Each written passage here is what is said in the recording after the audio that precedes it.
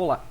Nesta videoaula de máquinas térmicas, irei falar sobre os motores de combustão, ou seja, motores térmicos, entre eles o motor de combustão externa e o motor de combustão interna, com ênfase no motor de combustão interna, seus componentes, seu princípio de funcionamento e outras informações técnicas importantes serão abordadas nesta videoaula. Então, motores térmicos, né? O que são esses motores térmicos? O motor térmico então, é uma máquina que produz então, trabalho mecânico a partir então, de uma fonte de calor, ou seja, ele converte energia de forma de calor em energia de forma de trabalho. Normalmente uma energia mecânica, ou seja, vai acontecer uma combustão interna, uma queima ali de combustível, vai gerar um calor a alta pressão que vai fazer a rotação de algum componente mecânico. Então aqui nós temos nessa imagem então a imagem de um motor de combustão térmico. Mais adiante eu irei explicar cada parte que constitui então um motor. Então a fonte quente então dos motores térmicos ela é obtida então, de um processo de combustão. Quando essa combustão ela é efetuada então fora da máquina, o motor ele é classificado como motor de combustão externa, ou seja, turbinas a vapor, no caso TV, e a gás TG. Então, quando a combustão ocorre no interior da máquina, então o motor ele é classificado como motor de combustão interna, o MCI, que é um dos mais conhecidos, mais que a gente conhece. Os motores de combustão interna, então o processo de combustão, ele ocorre então no interior da própria máquina, ou seja, os MCI podem ser rotativos, tipo Enkel, ou alternativos, o ciclo Otto e diesel. Eu irei abordar cada um deles. Exemplo de motores de combustão externa, então que ocorre uma combustão externa. Então, no caso, as turbinas a vapor. Então, a combustão ela acontece fora, em um outro componente. Ou seja, então nós temos aqui então nós temos a caldeira, nós temos a injeção do ar, no caso, o calor vai aquecer a água, vai transformar a água em vapor, vai vir aqui para a turbina e vai movimentar então o gerador aqui de energia, no caso de eletricidade, e vai mandar para as torres, para a central de energias. Então é uma parte externa da outra parte que faz então o trabalho. Então a fonte de calor ela é externa da fonte geradora do trabalho. Nas turbinas a gás, então o ar ele é comprimido, então no caso em um turbocompressor, e segue para uma câmara de combustão. Então os produtos dessa combustão em alta pressão e temperatura, então relativamente alta pressão, alta temperatura, eles são conduzidos para a expansão na turbina, no caso. E o turbocompressor então ele é acionado pelo próprio eixo da turbina. Então nós temos aqui a demissão, a ventoinha, né, que vai fazer essa demissão. Nós vamos ter nessa parte aqui o compressor, vai fazer a compressão. Nessa região aqui nós temos a câmara de combustão, que vai fazer a expansão, a turbina e a exaustão. Então vai realizar o trabalho e posteriormente vai fazer a exaustão aqui então do calor aqui que foi gerado. No caso dos motores de combustão interna, então irei falar sobre o motor Wankel. Então ele consta apenas de um cilindro de duas partes rotativas, árvore com respectivo excêntrico, volantes, massa de compensação e o pistão rotativo. Então que vai gerar engrenando então o pinhão fixo para fazer então a rotação de movimento. Como exemplos nós temos aqui o carro do Jaspion, né? Então é um Mazda RX-7, e também nós temos aqui então do Hércules, né? A primeira del mundo, né? Uma motocicleta que utiliza esse tipo de motor. Então nós temos aqui no caso o eixo, né? O eixo árvore, nós temos aqui o excêntrico, vai fazer a movimentação, ele é engrenado juntamente com o eixo. Então aqui vai ter a demissão, ocorreu a demissão, vai fazer a movimentação aqui desse excêntrico, fazendo a movimentação aqui ele vai trazer para essa outra região aqui, no caso da parte externa aqui do motor. E aqui então nós temos as saídas, as válvulas de saídas. Então fez esse movimento, né? Aqui vai ter a compressão, porque uma área maior, aqui uma área menor. Posteriormente vai ter a expansão, então ocorreu aqui a queima, a expansão e posteriormente então o escape aqui vai sair após acontecer então a combustão, mandou para as válvulas, né, para realizar o trabalho e posteriormente então vai fazer o escape. O motor Wankel, então, ele apresenta as seguintes vantagens relativamente aos alternativos: eliminação dos mecanismos biela-manivela, com redução de forças e vibrações, menor número de peças móveis e menor volume de peso para igual potência. Por outro lado, apresenta problemas ainda para serem resolvidos, como a alta rotação, no caso 17.000 RPM, no primeiro protótipo, é altamente a rotação, e atualmente utiliza em torno de 4.000 RPM. Problemas de vedação entre pistão e cilindro e problemas de lubrificação. No caso, esses últimos já foram sanados. No século XIX, então, apareceram os primeiros motores a combustão interna, ou seja, alternativos no caso, MCIA. Esses motores levaram então a vantagem sobre motores de combustão externa pela sua versatilidade, eficiência, baixa relação, peso e potência, que tem grande influência, né? Quanto mais leve, mais consegue ter a eficiência, né, o desempenho, funcionamento inicial rápido e possibilidade de adaptação a diversos tipos de máquinas. O primeiro motor de combustão interna, então, ele foi construído pelo mecânico alemão Tenuir em 1860 e tinha a potência de 1 CV, trabalhando então com gás de iluminação. Então esse era o combustível que era utilizado.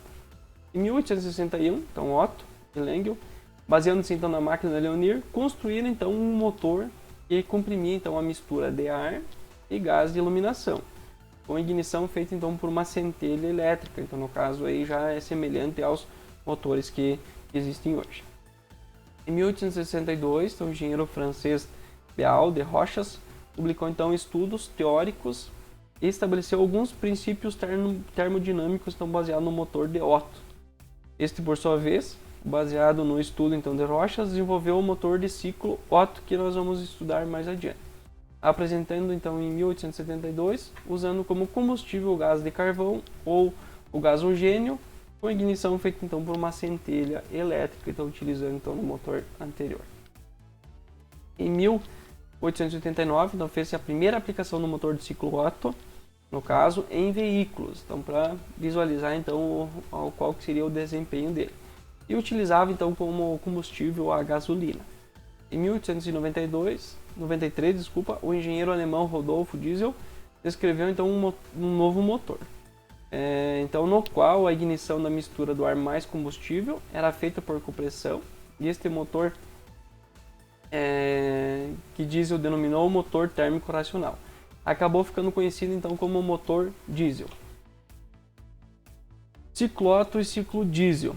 Então, os motores modernos são derivados no caso por Otto e diesel, e as características básicas então são as seguintes. No Otto, então ele utiliza como combustível de baixa volatilidade a gasolina e o álcool. Para a ignição então necessita da centelha, então produzida pelo sistema elétrico, então a ignição. E o diesel então utiliza como combustível o óleo diesel. A inflamação do combustível injetado é sobre a alta pressão na câmara então de combustão, e por isso ocorre então pela compressão de ar e consequentemente então a elevação da temperatura, e consequentemente então vai acontecer ali toda a movimentação. Então aqui nós temos o ciclo Otto e o ciclo diesel. No ciclo Otto então nós temos aqui a entrada de ar e a entrada de combustível. Então aqui vai ser gerado o calor, vai ser a combustão nessa região. Aqui nós temos os gases de escape, né, através da válvula. Vou explicar mais adiante o funcionamento, como é que é o funcionamento, com as partes de cada um. Aqui nós temos o calor, né, também gerado, e aqui a potência então que vai ser realizada. Então aconteceu aqui a explosão, vai empurrar então o cilindro para baixo, consequentemente vai fazer a movimentação. Então nós temos aqui as características: ignição centelha elétrica, né, Otto, combustível gasolina ou álcool, e a mistura fora da câmara de combustão. No caso do diesel, então nós temos aqui o combustível, então utiliza um bico pressurizador, que vai ser a alta pressão, ele é inserido aqui nessa parte aqui do cilindro. Aqui nós temos a entrada de ar para fazer a combustão, o calor gerado através da combinação do combustível com o calor e a alta pressão. Calor, potência, que vai ser gerado aqui também. No caso, a ignição é por compressão, a combustível óleo diesel e é feito dentro da câmara de combustão.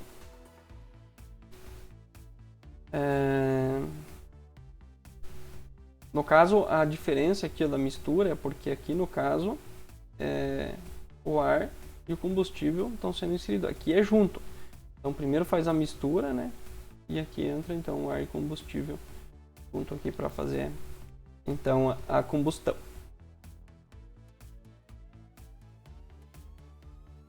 Motores de combustão então interna alternativos. Motores de combustão interna alternativos, ciclo Otto e diesel, encontram aplicações tanto veiculares, motos, automóveis, caminhões, ônibus, tratores, locomotivas, navios, como estacionárias. Também tem utilizado hoje geradores, que utilizam também geradores elétricos, utilizam então um motor para fazer então, estacionários, para fazer então a geração de energia elétrica. As aplicações estacionárias quase sempre objetivam a geração de energia elétrica e o acionamento emergencial de bombas, compressores e algumas outras máquinas. Por exemplo, bombas prediais que numa emergência não tem a luz, então vai utilizar o motor de combustão para fazer a geração ali a movimentação da bomba para que consiga disponibilizar água, por exemplo, em caso de incêndio. Aspectos construtivos, então, os motores de combustão interna, então alternativos, foco do nosso estudo, o trabalho obtido então pelo deslocamento de um pistão móvel no interior de um cilindro, como esta imagem aqui está demonstrando. Então vai acontecer a combustão, a explosão, vai aumentar a pressão, temperatura, volume, vai fazer com que esse pistão se desloque para baixo, fazendo a movimentação aqui então, do virabrequim. A conversão do movimento linear em rotativo é feita por um conjunto de biela e manivela, e no caso a biela é essa, e a manivela, e o calor para a expansão é fornecido diretamente no cilindro. Então aqui nós temos a disposição aqui de um virabrequim, é um eixo árvore com 4 cilindros. Aqui já tem mais componentes que eu irei explicar mais adiante, já com o comando de válvulas, e todo o sistema aqui com as correntes de engrenamento.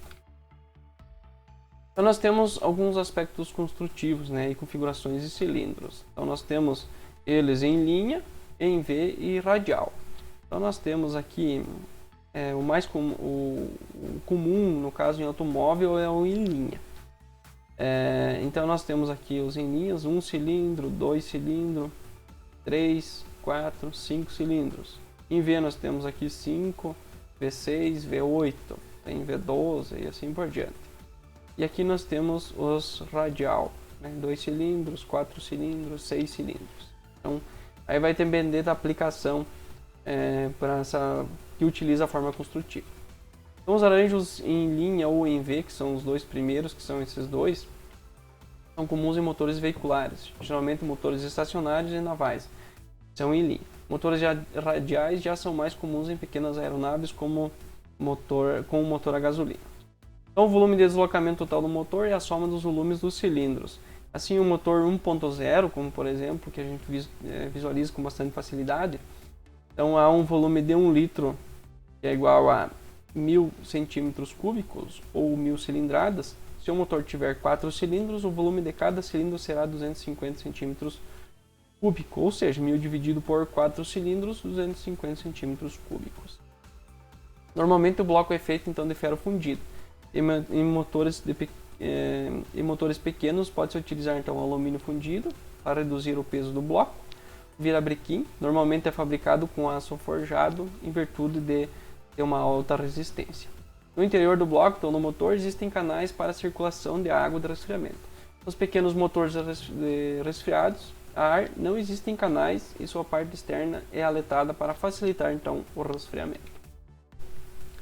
Então, em motores com regime de trabalho muito severo, se utiliza então luvas cilíndricas, camisas de pistão, que são, aqui no caso da imagem, podemos visualizar que são esses componentes aqui, está sendo posicionado que ela vai aqui para vestir então a camisa.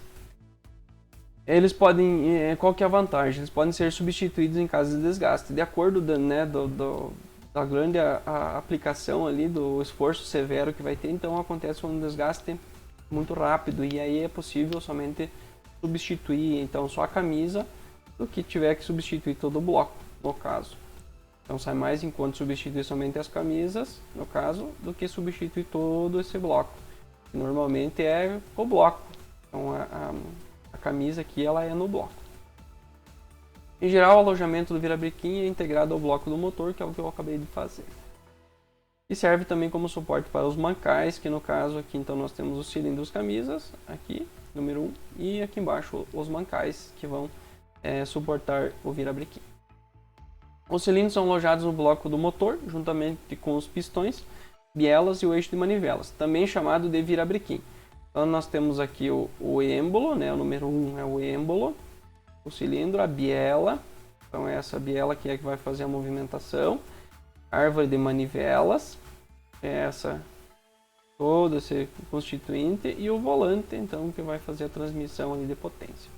Aqui nós temos então o número 1, o cabeçote, o bloco do motor, e aqui embaixo nós temos o conjunto móvel, que é esse conjunto. A parte inferior do bloco, onde está alojado então o virabrequim, é selada com aço estampado ou alumínio fundido, que é essa parte aqui.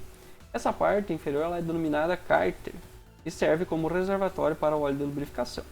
Então no cárter, então aqui embaixo nós temos o cárter, então já devem ter visto falar, aconteceu de estar andando com um veículo e bater a parte de baixo do motor numa pedra e brincar o cárter. Então é essa parte aqui vazar o óleo. Se não visualiza, aí pode ter um superaquecimento dos componentes e pode trancar o motor. Então isso é bem comum de acontecer em determinadas situações. Então nós temos aqui o corpo, né, que é o depósito, nós temos o 2, o bujão de drenagem, para fazer a troca do óleo. Então tira aqui o bujão e faz a substituição do óleo. A sede da junta, né, que é aqui então a junta do cárter. Também acontece às vezes, dá problema de junta, estoura a junta e vaza o óleo. E assim por diante. E aqui nós temos então placas atenuadoras, que é para manter, para quebrar a movimentação aqui do óleo quando o veículo está andando. Então ajuda para atenuar e para manter uma certa quantidade aqui de óleo sempre disponível. A parte superior do bloco é fechada com cabeçote. O cabeçote aloja as válvulas de admissão e escape, velas de ignição por faísca e bicos de injetores como ignição espontânea. Então, o cabeçote ele é uma peça única fundida de aço ou alumínio. No interior do cabeçote existem canais para admissão e escape dos gases. Nos motores resfriados a água também existem canais para a sua circulação. Então aqui nós temos então o cabeçote, né, que é essa parte aqui do componente. Também a gente deve ter ouvido falar a pessoa retificar o cabeçote. É porque normalmente acontece um sobreaquecimento, né, por falta de resfriamento do sistema e muitas vezes acaba empenando e aí precisa retificar o cabeçote por causa do comando de válvulas que não está trabalhando mais direito. Então são exemplos que se ouve muito falar, né, tem que retificar o cabeçote. Então normalmente em virtude de um superaquecimento que teve por falta de água no radiador ou rompeu uma junta, né? Estourou uma junta, o pessoal fala. E aí muitas vezes acaba até mesmo trancando o comando de válvulas, não consegue fazer uma movimentação e aí é problema. E aí precisa ser feita então a substituição muitas vezes do comando de válvula, de alguns componentes, precisa retificar o cabeçote e assim por diante. A transformação do movimento linear do pistão em movimento rotativo no virabrequim ocorre a cada explosão, né? Então o que acontece? Então vai acontecer, são ciclos no caso, a cada ciclo, né, acontece uma explosão. E aí faz com que ocorra então a movimentação. Esse processo então ele é intermitente.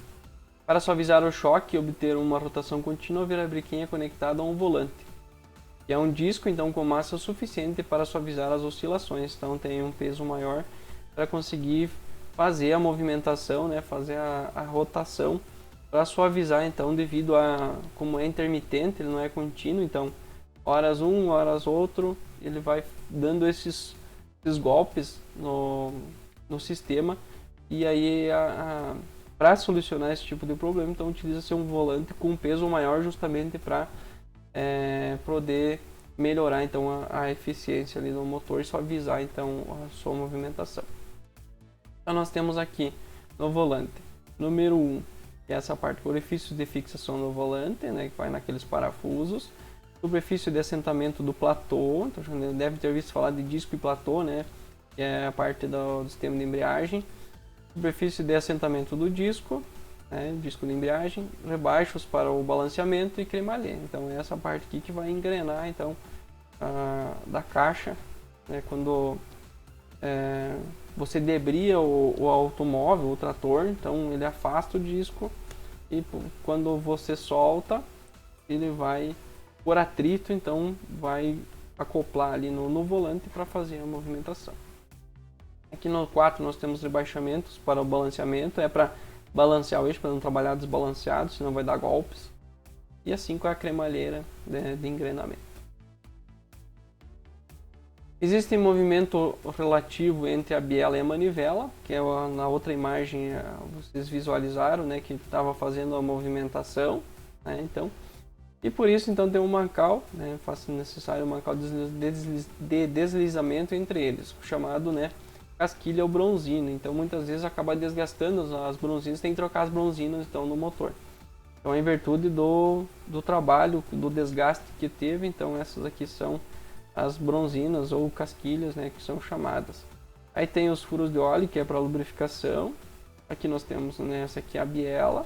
Aqui nós temos o eixo da biela e aqui o pistão. Então faz a montagem, coloca a biela primeiro, aí alinha com o furo, posteriormente coloca então o eixo. Então aqui nós temos a montagem então da biela, nós temos a bucha, né, o corpo da biela, a bronzina, e aqui o pé, e aqui vai o parafuso para apertar, então, para dar o aperto necessário. Para motores pequenos, os pistões são feitos de liga de alumínio. Os motores maiores, utilizam então aço fundido, né, a parte de baixo do pistão, ela é chamada então de saia. Nessa saia então existe um furo então para a inserção do pino que liga então o pistão e a biela, que eu acabei de explicar para vocês. Então nós temos aqui a cabeça do pistão, a zona de anéis, a saia e o alojamento do pino. Então, o alojamento do pino, a saia. Aqui nós temos a zona, o canal aqui dos anéis e aqui a cabeça então do pistão. O pistão também precisa fazer a vedação do cilindro. Para isso, ele vai utilizar então os anéis. Então, muitas vezes com o tempo às vezes acaba quebrando o anel ou riscando a própria camisa. E aí precisa muitas vezes retificar, né? Retificar e para fazer os ajustes, e muitas vezes é preciso fazer a substituição. Então o que esses anéis fazem? Eles vão fazer a vedação, então, para não deixar entrar o óleo lubrificante então no interior da combustão. Se acontecer um desgaste ou quebrar um anel, aí vai misturar o óleo lubrificante com o combustível, o ar, na parte da combustão, e aí muitas vezes vai aumentar a tonalidade da fumaça, vai perder compressão, então vai perder potência, entre outros problemas que vai trazer então quando acontece esse tipo de problema. Então nós temos aqui a zona de fogo, as canaletas para os anéis de compressão e a canaleta para anéis raspadores de óleo.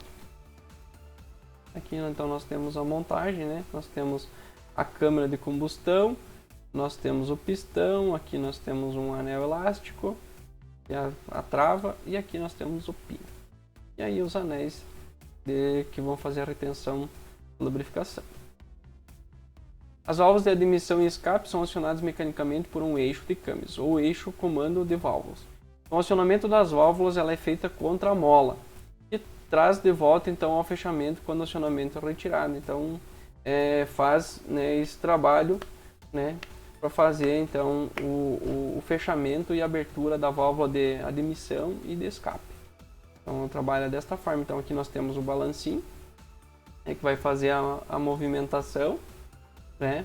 Fazendo essa movimentação. Então precisa ter a árvore de comando, que é do comando de válvulas, porque precisa, a hora que está admitindo, precisa estar fechado o escape.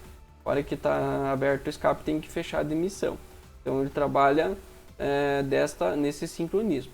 Então aqui nós temos o eixo que suporta o eixo dos balancins, temos as válvulas, e aqui nós temos então a vareta, o ressalto, né? E o tucho, então, que é o que vai servir de guia então para a vareta. Então, existem 3 configurações básicas para o acionamento das válvulas. O HV, né, nesse caso as válvulas elas são acionadas por balancins no cabeçote. Então o movimento do eixo, comando de válvulas, ele é transmitido por meio de tuchos e varetas. E o eixo fica próximo aos cilindros. O HC, que é a segunda alternativa.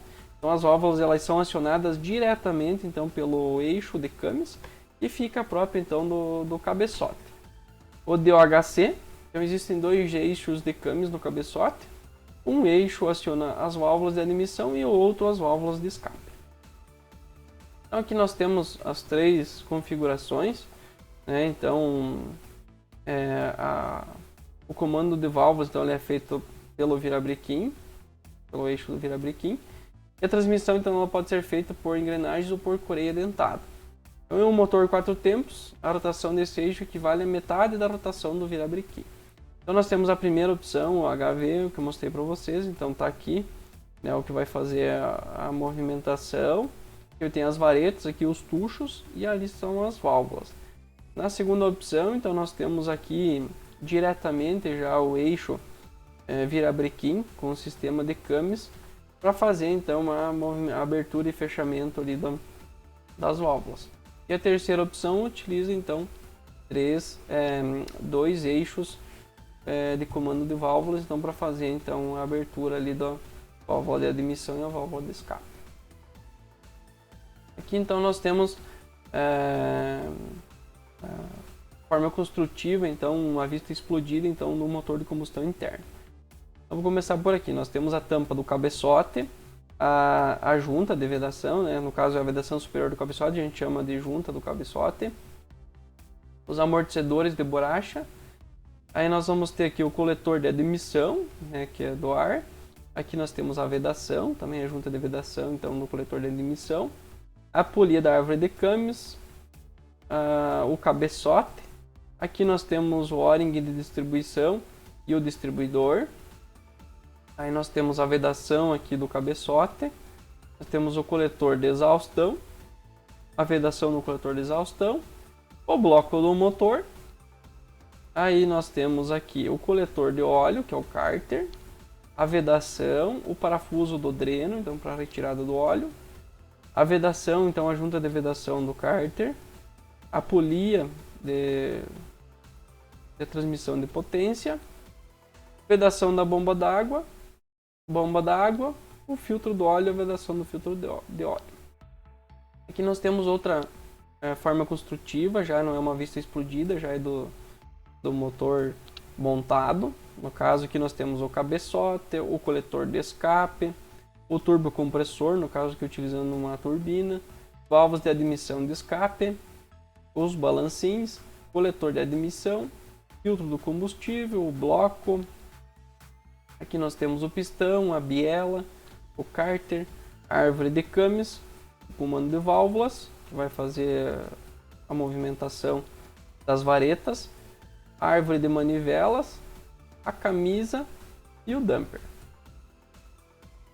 E aqui então outra forma com corte, então para conseguir visualizar então internamente o motor, como é que ele funciona. Então nós temos o balancinho, molas de válvula, a válvula, termostato que vai medir a temperatura, a câmara de combustão, a polia da bomba d'água, coreia sincronizadora, coreia auxiliar, o rolamento principal do virabrequim, um contrapeso, rolamento de extremidade, o virabrequim, a coroa do motor, a embreagem, o volante do motor, a biela, que vai fazer a movimentação aqui do pistão, o cilindro, os canais de água, que é para fazer o resfriamento, né? E o distribuidor, que é para fazer então a centelha. Sistemas auxiliares. Então, os motores de combustão internas necessitam de sistemas que desenvolvem então ações imprescindíveis para a sua operação. Existem então sistemas, esses sistemas estão presentes então nos motores de ciclo diesel e ciclo Otto. Então, nós temos aqui de acordo com a cor, ó, alimentação do ar, o vermelho, no caso azul, o vermelho a distribuição, o amarelo a alimentação do combustível, aqui. O escapamento, então é o escape, o arrefecimento, que é o resfriamento, e a lubrificação, então, do motor. A vida, então, do motor ela depende basicamente do ar puro que ele aspira. Então, os filtros de ar são importantíssimos, né? Tem que observar muito a manutenção desses filtros de ar, porque se não estiver tendo uma eficiência, vai acabar tendo problemas no motor. E eles são instalados então, no motor, eles retêm as micropartículas de impurezas contidas no ar, evitando então a ação abrasiva dessas sobre os componentes internos do motor. A maioria dos carros ciclo Otto tem motores de aspiração natural, o que significa que o ar flui por si, só para os cilindros pela depressão, então criada pelos pistões, que estão no curso de admissão, depois então, de passar pelo filtro de ar. E que isso significa? Que vai entrar o ar normalmente vai entrar, vai passar pelo filtro e vai para o sistema de admissão. E o conjunto então de aspiração consiste em um filtro de ar na entrada, o corpo da borboleta para o controle da vazão, cujo grau de abertura é estabelecido pelo pedal do acelerador, então é o acelerador que vai fazer a abertura, e dutos até o bloco distribuidor de admissão.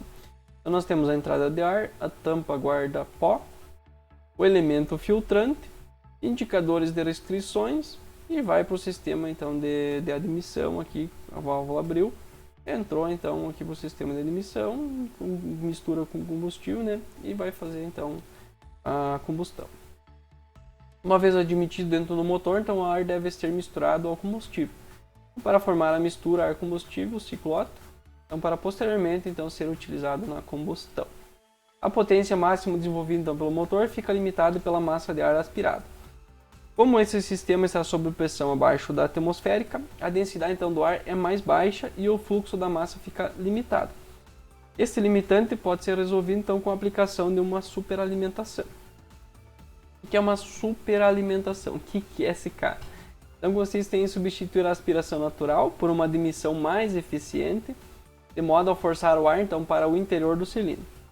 Colocar mais combustível na mistura ar-combustível, ciclo Otto no caso, ele resultaria então em uma combustão mais potente, mas não se pode simplesmente colocar mais combustível, porque é necessário então uma quantidade de oxigênio para que aconteça então essa queima e essa combustão.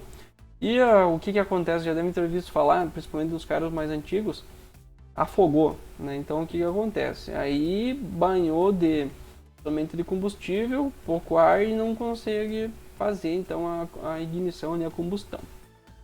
Resumindo, então para pôr mais combustível é preciso admitir mais ar.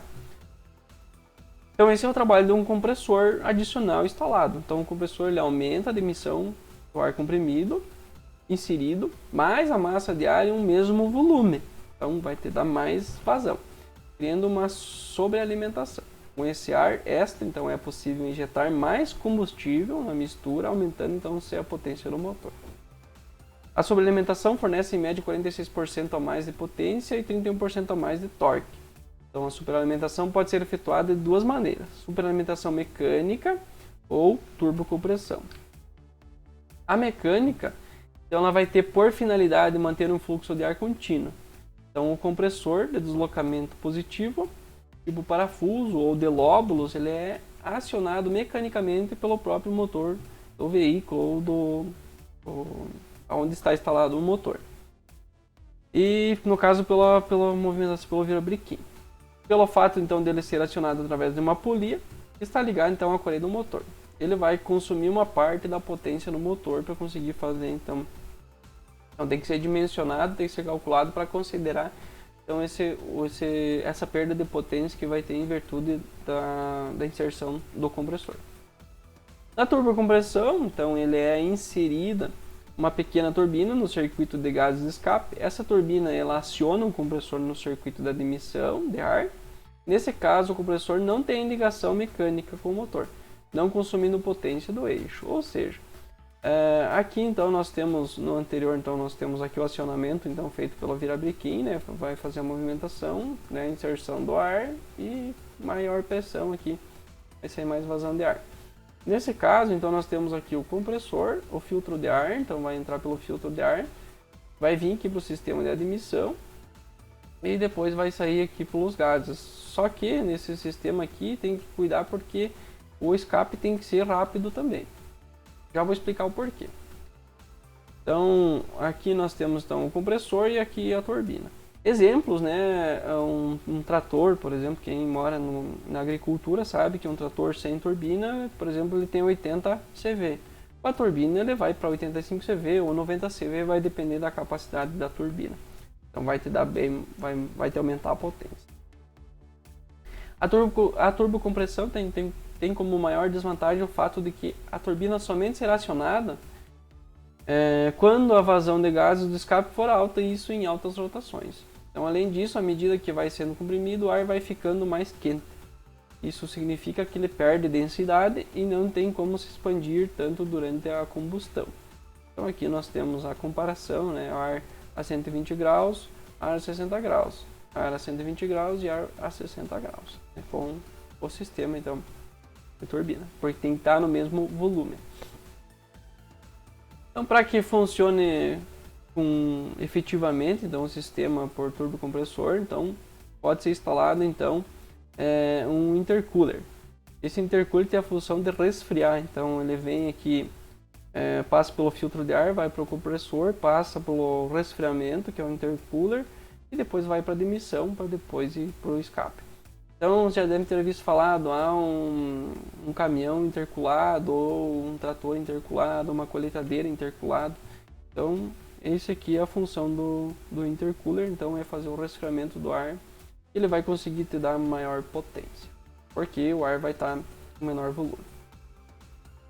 Existem duas concepções básicas de intercooler: ar-ar e ar-água. Ambos funcionam exatamente como um radiador, com ar ou água resfriada pelo sistema de arrefecimento, vai passar então através de um sistema de canos ou tubos. Teoricamente, né, os motores turbocarregados apresentam eficiência superior devido a utilizar a energia residual dos gases de exaustão. Porém, criam então uma pequena contrapressão no sistema de exaustão. Bom, era isso nesta videoaula, espero que vocês tenham entendido e até a próxima.